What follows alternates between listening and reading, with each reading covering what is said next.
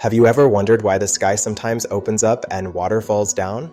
It's a fascinating process called the water cycle. This incredible journey of water is essential for life on Earth, constantly moving between the sky, land, and oceans. Let's explore the three main stages of this cycle: evaporation, condensation, and precipitation, to understand how rain is formed. Our journey begins with evaporation, the first crucial step in the water cycle. The sun, a perfect bright yellow circle with a soft orange glow, plays a vital role by heating the Earth's surface. This heat provides the energy needed to transform liquid water into a gaseous state known as water vapor. Water from vast oceans, serene lakes, and flowing rivers absorbs this solar energy. As the water warms, its molecules gain energy and begin to move faster, eventually breaking free from the liquid surface. This invisible water vapor then rises into the atmosphere, becoming part of the air around us. The warmer the water and the stronger the sun's heat, the more quickly evaporation occurs, sending vast amounts of vapor upwards. Next, we move to condensation, where this rising water vapor transforms into visible clouds.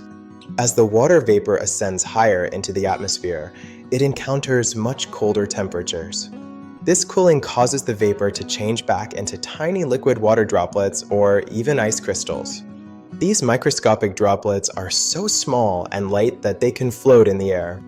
They gather around microscopic dust particles, pollen, or salt crystals in the air, acting as nuclei for cloud formation. As more and more of these tiny droplets or ice crystals come together, they become visible as clouds. Initially, these clouds might appear as small, wispy formations, but they can grow significantly larger. The type of cloud formed depends on factors like temperature and altitude, ranging from fluffy cumulus to layered stratus. Finally, we reach precipitation, the stage where water returns to Earth. As clouds continue to gather more water droplets and ice crystals, they become increasingly dense and heavy. Eventually, the cloud can no longer hold all the accumulated water. When the droplets or crystals grow large enough, gravity pulls them down towards the Earth's surface. This falling water is what we commonly know as rain. Depending on atmospheric temperatures, precipitation can also take other forms, such as snow, sleet, or hail. Once the rain reaches the ground, it replenishes oceans, lakes, and rivers, or soaks into the soil. This water then becomes available to evaporate again, restarting the entire cycle. The water cycle is a continuous, never-ending process, constantly moving water around our planet.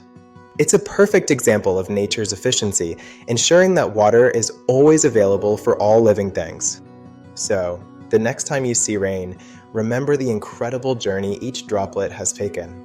From the warmth of the sun to the chill of the upper atmosphere, it's a true marvel of science. Thank you for joining us on this educational journey into the science of rain.